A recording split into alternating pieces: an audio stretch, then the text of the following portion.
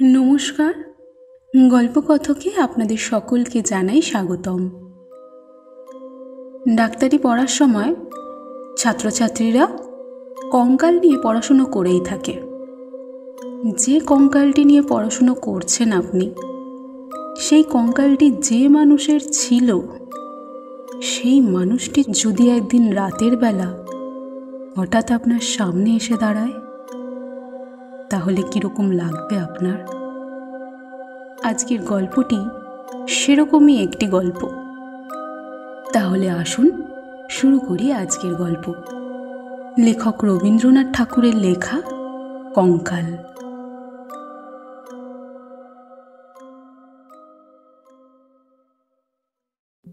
আমরা 3 বাল্য সঙ্গী যে ঘরে শুতাম, তার পাশের ঘরের দেওয়ালে একটা আস্ত নরকঙ্কাল ঝুলানো থাকতো। রাত্রে বাতাসে তার হাড়গুলো খটখট শব্দ করে নড়ত। দিনের বেলায় আমাদেরকে সেই হাড় ঘাঁটতে হতো। আমরা তখন পণ্ডিত মশাইয়ের কাছে মেঘনাদ বধ এবং ক্যাম্বেল স্কুলের এক ছাত্রের কাছে অস্থিবিদ্যা পড়তাম।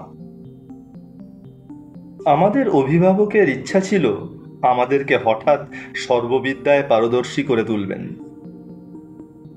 তাঁর অভিপ্রায় কতদূর সফল হয়েছে তা আমাদেরকে যারা জানেন তাদের কাছে বলা নিরর্থক, এবং যারা জানেন না তাদের কাছে গোপন করাই ভালো। তারপর অনেক কাল পেরিয়ে গিয়েছে। ইতিমধ্যে সেই ঘর থেকে কঙ্কাল এবং আমাদের মাথা থেকে অস্থিবিদ্যা কোথায় স্থানান্তরিত হয়েছে খুঁজে পাওয়া যায় না। অল্পদিন হলো এক রাত্রে কোনো এক কারণে অন্য জায়গায় স্থানাভাব হওয়াতে আমাকে সেই ঘরে শুতে হলো। অনভ্যাসবশত ঘুম আসে না।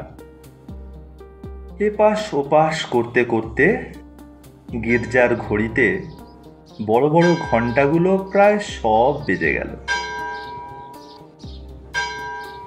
এমন সময়ে ঘরের কোণে যে তেলের প্রদীপ জ্বলছিল, সেটা প্রায় মিনিট 5 ধরে খাবি খেতে খেতে একেবারে নিভে গেল। এর আগে আমাদের বাড়িতে 2-1টা দুর্ঘটনা ঘটেছে, তাই এই আলো নেভা থেকে সহজেই মৃত্যুর কথা মনে উদয় হলো।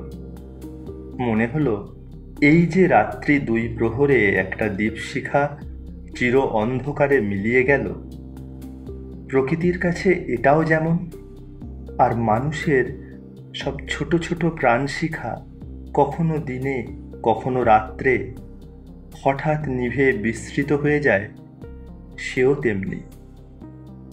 ধীরে ধীরে সেই কঙ্কালের কথা মনে পড়ল। তার জীবিতকালের বিষয়ে কল্পনা করতে করতে হঠাৎ মনে হলো একটা চেতন পদার্থ অন্ধকারে ঘরের দেওয়াল হাতড়ে আমার মশারির চারিদিকে ঘুরে বেড়াচ্ছে। তার ঘন ঘন নিঃশ্বাসের শব্দ শোনা যাচ্ছে। সে যেন কি খুঁজছে, পাচ্ছে না, এবং দ্রুততর বেগে ঘরময় প্রদক্ষিণ করছে। নিশ্চয় বুঝতে পারলাম সমস্তই হয়তো আমার নিদ্রাহীন উষ্ণ মস্তিষ্কের কল্পনা, এবং আমারই মাথার মধ্যে যে রক্ত ছুটছে সেটাই দ্রুত পদশব্দের মতো শোনাচ্ছে। কিন্তু তবু গা ছমছম করতে লাগলো। জোর করে এই অকারণ ভয় ভাঙবার জন্য বলে উঠলাম, কে? সেই পদশব্দ আমার মশারির কাছে এসে থেমে গেল, এবং একটা উত্তর শুনতে পেলাম, আমি। আমার সে কঙ্কালটা কোথায় গেছে তাই খুঁজতে এসেছি। আমি ভাবলাম নিজের কাল্পনিক সৃষ্টির কাছে ভয় পাওয়াটা কাজের ব্যাপার নয়। পাশবালিশটা সবলে আঁকড়ে ধরে চিরপরিচিতের মতো অতি সহজ সুরে বললাম, এই দুপুর রাত্রে বেশ কাজ খুঁজে বের করেছো। তা সে কঙ্কালে এখন আর তোমার প্রয়োজন আছে? অন্ধকারে আমার মশারির অত্যন্ত কাছ থেকে উত্তর এলো, বলো কি? আমার বুকের হাড় যে তারই মধ্যে ছিল, আমার ২৬ বছরের যৌবন যে তার চারিদিকে বিকশিত হয়েছিল, একবার দেখতে ইচ্ছে করে না? আমি তক্ষুনি বললাম, হ্যাঁ কথাটা ঠিক। তা তুমি সন্ধান করো গে যাও, আমি একটু ঘুমাবার চেষ্টা করি। সে বলল, তুমি একলা আছো বুঝি? তবে একটু বসি, একটু গল্প করা যাক। ৩৫ বছর আগে আমিও মানুষের কাছে বসে মানুষের সঙ্গে গল্প করতাম। এই ৩৫টা বছর আমি কেবল শ্মশানের বাতাসে হু হু শব্দ করে বেরিয়েছি। আজ তোমার কাছে বসে আর একবার মানুষের মতো গল্প করি। অনুভব করলাম আমার মশারির কাছে কে এসে বসলো। উপায় না দেখে আমি একটু বেশ উৎসাহের সঙ্গে বললাম, সেই ভালো, বেশ যাতে মন প্রফুল্ল হয়ে ওঠে এমন কিছু গল্প বলো। সে বলল, সবচেয়ে মজার কথা যদি শুনতে চাও তো আমার জীবনের কথা বলি। গির্জার ঘড়িতে ঢং ঢং করে 2টো বাজল। যখন মানুষ ছিলাম এবং ছোট ছিলাম, তখন এক ব্যক্তিকে জমের মতো ভয় করতাম। তিনি আমার স্বামী। মাছকে বড়শি দিয়ে ধরলে তার যেমন মনে হয়, আমারও তেমন মনে হতো। অর্থাৎ কোনো এক সম্পূর্ণ অপরিচিত জীব যেন বড়শিতে গেঁথে আমাকে আমার স্নিগ্ধ গভীর জন্ম জলাশয় থেকে টান মেরে ছিনিয়ে নিয়ে যাচ্ছে। কিছুতে তার হাত থেকে পরিত্রাণ নেই। বিবাহের 2 মাস পরেই আমার স্বামীর মৃত্যু হলো। আমার আত্মীয় স্বজনেরা আমার হয়ে অনেক বিলাপ পরিতাপ করলেন। আমার শ্বশুর অনেকগুলি লক্ষণ মিলিয়ে দেখে শাশুড়িকে বললেন, শাস্তে যাকে বলে বিষকন্যা, এই মেয়েটি তাই। সে কথা আমার স্পষ্ট মনে আছে। শুনছো কেমন লাগছে? আমি বললাম, গল্পের আরম্ভটি বেশ মজার। তবে শোনো, আনন্দে বাপের বাড়ি ফিরে আসলাম। ক্রমে আমার বয়স বাড়তে লাগলো। লোকে আমার কাছে লুকোতে চেষ্টা করত, কিন্তু আমি নিজে বেশ জানতাম আমার মতো রূপসী এমন যেখানে সেখানে পাওয়া যায় না। তোমার কি মনে হয়? খুব সম্ভব, কিন্তু আমি তো তোমাকে কখনো দেখিনি। দেখোনি? কেন? আমার সেই কঙ্কাল? আমি ঠাট্টা করছি। তোমার কাছে কি করে প্রমাণ করব যে সেই 2টো চক্ষু কোটরের মধ্যে বড় বড় টানা 2টি কালো চোখ ছিল, এবং রাঙা ঠোঁটের উপরে যে মৃদু হাসিটুকু মাখানো ছিল, এখনকার দাঁত বের করা বিকট হাস্যের সঙ্গে তার কোনো তুলনাই হয় না। এবং সেই কখানা দীর্ঘ শুষ্ক হাড়ের উপর এত লালিত্য, এত লাবণ্য, যৌবনের এত কঠিন কোমল নিটোল পরিপূর্ণতা প্রতিদিন প্রস্ফুটিত হয়ে উঠছিল যে তোমাকে তা বলতে গেলে হাসি পায়, আবার রাগও ধরে। আমার সেই শরীর থেকে যে অস্থিবিদ্যা শেখা যেতে পারে তা তখনকার বড় বড় ডাক্তারেরাও বিশ্বাস করতো না। আমি জানি একজন ডাক্তার তার কোনো বিশেষ বন্ধুর কাছে আমাকে কনক চাপা বলেছিলেন। তার অর্থ এই, পৃথিবীর আর সকল মানুষই অস্থিবিদ্যা এবং শরীরতত্ত্বের দৃষ্টান্ত ছিল, কেবল আমি সৌন্দর্যরূপী ফুলের মতো ছিলাম। কনক চাপার মধ্যে কি একটা কঙ্কাল আছে? আমি যখন চলতাম তখন নিজেই বুঝতে পারতাম যে একখণ্ড হিরে নাড়লে তার চারিদিক থেকে যেমন আলো ঝকমক করে ওঠে, আমার দেহের প্রত্যেক গতিতে তেমনই সৌন্দর্যের ভঙ্গি নানা স্বাভাবিক হিল্লোলে চারিদিকে ছড়িয়ে পড়ত। আমি মাঝে মাঝে অনেকক্ষণ ধরে আমার নিজের হাত দুটো নিজে দেখতাম। পৃথিবীর সমস্ত উদ্ধত পৌরুষের মুখে রাস পরিয়ে মধুর ভাবে নিয়ন্ত্রণ করতে পারে এমন দুটো হাত।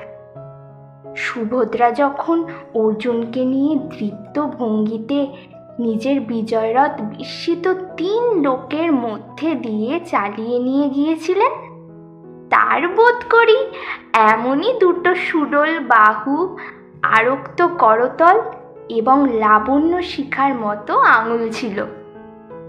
কিন্তু আমার সেই নির্লজ্জ নিরাভরণ চিরবৃদ্ধ কঙ্কাল তোমার কাছে আমার নামে মিথ্যা সাক্ষ্য দিয়েছে। আমি তখন নিরুপায়, নিরুত্তর ছিলাম। এই জন্য পৃথিবীর সবচেয়ে তোমার উপর আমার বেশি রাগ। ইচ্ছে করে আমার সেই 16 বছরের জীবন্ত যৌবন তাপে উত্তপ্ত রূপ একবার তোমার চোখের সামনে দাঁড় করাই, বহু কালের মতো তোমার ঘুম ছুটিয়ে দিই, তোমার অস্থিবিদ্যাকে অস্থির করে দেশ ছাড়া করি। তোমার যদি গা থাকতো তাহলে গা ছুঁয়ে বলতাম সে বিদ্যার লেশমাত্র আর আমার মাথায় নেই। আর তোমার সেই ভুবনমোহন পূর্ণ যৌবনের রূপ রাত্রির এই অন্ধকারের পটভূমিতে আমার চোখের সামনে স্পষ্ট হয়েই ফুটে উঠেছে। আর অধিক বলতে হবে না। আমার কেউ সঙ্গিনী ছিল না।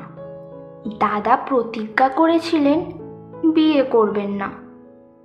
অন্তঃপুরে আমি একা, বাগানের গাছতলায় আমি একা বসে ভাবতাম সমস্ত পৃথিবী আমাকেই ভালোবাসছে, সমস্ত তারা আমাকে নিরীক্ষণ করছে, বাতাস ছল করে বারবার দীর্ঘ নিঃশ্বাসে পাশ দিয়ে চলে যাচ্ছে, এবং যে ঘাসের উপরে পা দুটি মেলে বসে আছি তার যদি চেতনা থাকতো তবে সে হয়তো আর একবার অজ্ঞান হয়ে যেত। পৃথিবীর সমস্ত যুবা পুরুষ ওই ঘাস রূপে দল বেঁধে নিস্তব্ধে যেন আমার পায়ের কাছে দাঁড়িয়ে আছে, এমন আমি কল্পনা করতাম। হৃদয়ে অকারণে কেমন বেদনা অনুভব হতো। দাদার বন্ধু শশীশেখর যখন মেডিকেল কলেজ থেকে পাশ হয়ে আসলেন তখন তিনি আমাদের বাড়ির ডাক্তার হলেন। আমি তাকে আগে আড়াল থেকে অনেকবার দেখেছি। দাদা অত্যন্ত অদ্ভুত লোক ছিলেন। পৃথিবীটাকে যেন ভালো করে চোখ মেলে দেখতেনই না। সংসারটা যেন তার পক্ষে যথেষ্ট ফাঁকা নয়। এই জন্য সরে সরে একেবারে প্রান্তে গিয়ে আশ্রয় নিয়েছেন। তার বন্ধুর মধ্যে এক শশীশেখর। এই জন্য বাইরের যুবকদের মধ্যে আমি এই শশীশেখরকেই সবসময় দেখতাম।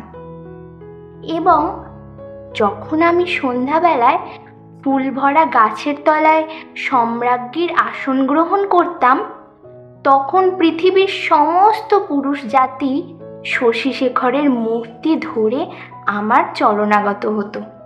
শুনছো, কি মনে হচ্ছে? মনে হচ্ছে শশীশেখর হয়ে জন্মালে বেশ হতো। আগে সবটা শোনো। একদিন বাদলার দিনে আমার জ্বর হয়েছে। ডাক্তার দেখতে এসেছেন। সেই প্রথম দেখা। আমি জানলার দিকে মুখ করেছিলাম। সন্ধ্যার লাল আভাটা পড়ে রুগ্ন মুখের বিবর্ণতা যাতে দূর হয়। ডাক্তার যখন ঘরে ঢুকেই আমার মুখের দিকে একবার চাইলেন, তখন আমি মনে মনে ডাক্তার হয়ে কল্পনায় নিজের মুখের দিকে তাকালাম। এই সন্ধ্যালোকে কোমল বালিশের উপরে একটা কুসুম কোমল মুখ, এলোমেলো ছোট চুল কপালের উপর এসে পড়েছে এবং লজ্জায় আনত বড় বড় চোখের পল্লব গালের উপরে ছায়া বিস্তার করেছে। ডাক্তার নম্র মৃদুস্বরে দাদাকে বললেন, একবার হাতটা দেখতে হবে। আমি গায়ে চাপা চাদরের ভিতর থেকে ক্লান্ত সুগোল হাতটা বের করে দিলাম। একবার হাতের দিকে চেয়ে দেখলাম, যদি নীলবর্ণ কাচের চুড়ি পরতে পারতাম তো আরও বেশ মানাতো। রোগীর হাত নিয়ে নাড়ি দেখতে ডাক্তারের এমন ইতস্তত এর আগে কখনো দেখিনি। অত্যন্ত অসংলগ্নভাবে কম্পিত আঙুলে নাড়ি দেখলেন। তিনি আমার জ্বরের উত্তাপ বুঝলেন, আমিও তার অন্তরের নাড়ি কি হারে চলছে তার কতটা আভাস পেলাম। বিশ্বাস হচ্ছে না? অবিশ্বাসের কোনো কারণ দেখছি না। মানুষের নাড়ি সকল অবস্থায় সমান চলে না। কালক্রমে আরো ২-৪ বার রোগ ও আরোগ্য হওয়ার পরে দেখলাম, আমার সেই সন্ধ্যাবেলার মানুষ সভায় পৃথিবীর কোটি কোটি পুরুষ সংখ্যা অত্যন্ত হ্রাস হয়ে ক্রমে একটাতে এসে ঠেকল। আমার পৃথিবী প্রায় জনশূন্য হয়ে এলো। জগতে কেবল একটা ডাক্তার এবং এই একটা রোগী অবশিষ্ট রইল। আমি গোপনে সন্ধ্যাবেলায় একটা বাসন্তী রঙের কাপড় পরতাম। ভালো করে খোপা বেঁধে মাথায় এক গাছি বেলফুলের মালা জড়াতাম। একটা আয়না হাতে নিয়ে বাগানে গিয়ে বসতাম। নিজেকে দেখে কি আর পরিতৃপ্তি হয় না? সত্যিই হয় না। কেননা আমি তো নিজে নিজেকে দেখতাম না। আমি তখন একলা বসে ২ জন হতাম। আমি তখন ডাক্তার হয়ে নিজেকে দেখতাম, মুগ্ধ হতাম এবং ভালোবাসতাম আর আদর করতাম। অথচ প্রাণের ভিতরে একটা দীর্ঘ নিঃশ্বাস সন্ধ্যা বাতাসের মতো হুহু করে উঠত। সেই থেকে আমি আর একলা ছিলাম না। যখন পথ চলতাম, চেয়ে দেখতাম পায়ের আঙুলগুলো পৃথিবীর উপরে কেমন করে পড়ছে এবং ভাবতাম, এই পদক্ষেপ আমাদের নতুন ডাক্তারের কেমন লাগে। মাঝ দুপুরে জানলার বাইরে রোদ ঝাঝা করত। কোথাও সারা শব্দ নেই। মাঝে মাঝে এক একটা চিল অনেক দূর আকাশে শব্দ করে উড়ে যেত এবং আমাদের বাগানের প্রাচীরের বাইরে খেলনাওয়ালা সুর করে চাই, খেলনা চাই, চুড়ি চাই করে ডেকে যেত। আমি একটা থপথপে চাদর পেতে নিজের হাতে বিছানা করে শুতাম।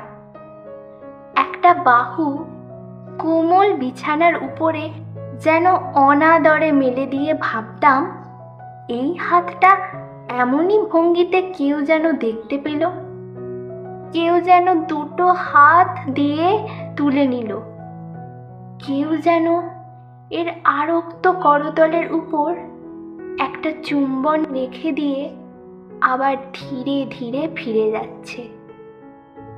মনে করো, এইখানে গল্পটা যদি শেষ হয় তাহলে কেমন হয়? মন্দ হয় না। একটু অসম্পূর্ণ থাকে বটে, কিন্তু সেইটুকু নিজেই মনে মনে পূর্ণ করে নিলে বাকি রাতটুকু বেশ কেটে যায়। কিন্তু তাহলে গল্পটা যে বড় গম্ভীর হয়ে পড়ে। এর শেষ অংশটুকু থাকে কোথায়? এর ভিতরের কঙ্কালটা তার সমস্ত দাঁত কখানা মেলে দেখা দেয় কই? তারপরে শোনো, একটু খ্যাতি হতেই আমাদের বাড়ির একতলায় ডাক্তার তার ডাক্তারখানা খুললেন। তখন আমি তাকে মাঝে মাঝে হাসতে হাসতে ওষুধের কথা, বিষের কথা, কি করলে মানুষ সহজে মরে, এই সব কথা জিজ্ঞাসা করতাম। ডাক্তারের কথায় ডাক্তারের মুখ খুলে যেত। শুনে শুনে মৃত্যু যেন পরিচিত ঘরের লোকের মতো হয়ে গেল। ভালোবাসা এবং মরণ, কেবল এই দুটোকেই পৃথিবীময় দেখলাম। আমার গল্প প্রায় শেষ হয়ে এসেছে, আর বড় বাকি নেই। রাত্রিও প্রায় শেষ হয়ে এলো। কিছুদিন থেকে দেখলাম ডাক্তারবাবু বড় অন্যমনস্ক এবং আমার কাছে যেন ভারী অপ্রতিভ। একদিন দেখলাম তিনি কিছু বেশি রকম সাজসজ্জা করে দাদার কাছে তার চুড়ি ধার চাইলেন। রাত্রে কোথায় যাবেন? আমি আর থাকতে পারলাম না। দাদার কাছে গিয়ে নানা কথার পর জিজ্ঞাসা করলাম, হ্যাঁ দাদা, ডাক্তারবাবু আজ জুড়ি নিয়ে কোথায় যাচ্ছেন? সংক্ষেপে দাদা বললেন, মরতে। আমি বললাম, না, সত্যি করে বলো না। তিনি খোলসা করে বললেন, বিয়ে করতে। আমি বললাম, সত্যি নাকি? বলে অনেক হাসতে লাগলাম। অল্পে অল্পে শুনলাম এই বিয়েতে ডাক্তার 12,000 টাকা পাবেন। কিন্তু আমার কাছে এ খবর গোপন করে আমাকে অপমান করার তাৎপর্য কি? আমি কি তার পায়ে ধরে বলেছিলাম যে এমন কাজ করলে আমি বুক ফেটে মরে যাব? পুরুষদের বিশ্বাস করবার জো নেই। পৃথিবীতে আমি একটা মাত্র পুরুষ দেখেছি এবং এক মুহূর্তে সমস্ত জ্ঞান লাভ করেছি। ডাক্তার রোগী দেখে সন্ধ্যার আগে ঘরে আসলে আমি প্রচুর পরিমাণে হাসতে হাসতে বললাম, কি ডাক্তার মশাই, আজ নাকি আপনার বিয়ে? আমার প্রফুল্লতা দেখে ডাক্তার যে কেবল অপ্রতিভ হলেন তা না, ভারী বিমর্ষ হয়ে গেলেন। জিজ্ঞাসা করলাম, বাজনা বাদ্য কিছু নেই যে? শুনে তিনি হালকা একটু নিঃশ্বাস ফেলে বললেন, বিয়ে ব্যাপারটা কি এতই আনন্দের? শুনে আমি হেসে অস্থির হয়ে গেলাম। এমন কথাও তো কখনো শুনিনি। আমি বললাম, সে হবে না, বাজনা চাই, আলো চাই। দাদাকে এমনই ব্যস্ত করে তুললাম যে দাদা তখনই রীতিমতো উৎসবের আয়োজন করতে লাগলেন। আমি শুধুই গল্প করতে লাগলাম। বউ ঘরে আসলে কি হবে, কি করব? জিজ্ঞাসা করলাম, আচ্ছা ডাক্তার মশাই, তখনও কি আপনি রোগীর নাড়ি টিপে বেড়াবেন? যদিও মানুষের, বিশেষত পুরুষের মনটা দৃষ্টিগোচর নয়, তবু আমি শপথ করে বলতে পারি কথাগুলো ডাক্তারের বুকে শেলের মতো বাজছিল। অনেক রাত্রে লগ্ন। সন্ধ্যাবেলায় ডাক্তার ছাদের উপরে বসে দাদার সঙ্গে 2-1 পাত্র মদ খাচ্ছিলেন। দুজনেরই এই অভ্যাসটুকু ছিল। ক্রমে আকাশে চাঁদ উঠল। আমি হাসতে হাসতে এসে বললাম, ডাক্তার মশাই, ভুলে গেলেন নাকি? যাওয়ার যে সময় হয়েছে। এইখানে একটা সামান্য কথা বলা আবশ্যক। ইতিমধ্যে আমি গোপনে ডাক্তারখানায় গিয়ে টাটকা গুঁড়ো সংগ্রহ করে এনেছিলাম এবং সেই গুঁড়োর কিছু অংশ সুবিধা মতো ডাক্তারের আড়ালে ডাক্তারের গ্লাসে মিশিয়ে দিয়েছিলাম। কোন গুঁড়ো খেলে মানুষ মরে ডাক্তারের কাছে শিখেছিলাম। ডাক্তার এক চুমুকে গ্লাসটি শেষ করে একটু আর্দ্র গদগদ কণ্ঠে আমার মুখের দিকে মর্মান্তিক দৃষ্টিপাত করে বললেন, তবে চললাম। বাঁশি বাজতে লাগলো। আমি একটা বেনারসি শাড়ি পরলাম। যতগুলো গয়না সিন্ধুকে তোলা ছিল সবগুলো বার করে পরলাম। সিঁথিতে বড় করে সিঁদুর দিলাম। আমার সেই বকুলতলায় বিছানা পাতলাম। বড় সুন্দর রাত্রি, ফুটফুটে জ্যোৎস্না। সমস্ত জগতের ক্লান্তি দূর করে দক্ষিণা বাতাস বইছে। জুঁই আর বেল ফুলের গন্ধে সমস্ত বাগান আমোদ করছে। বাঁশির শব্দ যখন ক্রমে দূরে চলে গেল, জ্যোৎস্না যখন অন্ধকার হয়ে আসতে লাগলো, এই তরুপল্লব এবং আকাশ এবং আজন্ম কালের ঘর দুয়ার নিয়ে পৃথিবী যখন আমার চারিদিক থেকে মায়ার মতো মিলিয়ে যেতে লাগলো, তখন আমি চোখ বন্ধ করে হাসলাম। ইচ্ছে ছিল যখন লোকে এসে আমাকে দেখবে তখন এই হাসিটুকু যেন রঙিন নেশার মতো আমার ঠোঁটের কাছে লেগে থাকে।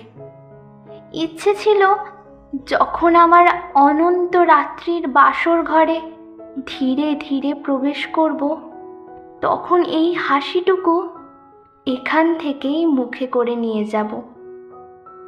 কোথায় বাসর ঘর? আমার সেই বিয়ের বেশ কোথায়? নিজের ভিতর থেকে একটা খটখট শব্দে জেগে দেখলাম আমাকে নিয়ে 3টে ছেলে অস্থিবিদ্যা শিখছে। বুকের যেখানে সুখ দুঃখ ধুকধুক করত এবং যৌবনের পাপড়ি প্রতিদিন একটা একটা করে প্রস্ফুটিত হতো, সেইখানে বেদ নির্দেশ করে কোন অস্থির কি নাম তা মাস্টার শেখাচ্ছে। আর সেই যে অন্তিম হাসিটুকু ঠোঁটের কাছে ফুটিয়ে তুলেছিলাম, তার কোনো চিহ্ন দেখতে পেয়েছিলে কি? গল্পটা কেমন লাগলো? গল্পটি বেশ প্রফুল্লকর। ঠিক এমন সময়ে কাক ডাকলো। জিজ্ঞাসা করলাম, এখনো আছো কি? কোনো উত্তর পেলাম না। আমার ঘরের মধ্যে ভোরের আলো প্রবেশ করলো।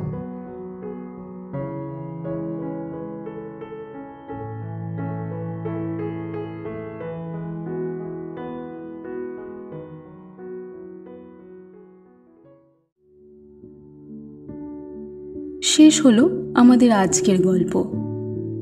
আজ গল্প পাঠে ছিল ধীমান, কঙ্কালের ভূমিকায় সাথী, সাউন্ড এডিটিং ধীমান, পোস্টার ডিজাইনিং এবং সূত্রধর আমি মধুমিতা।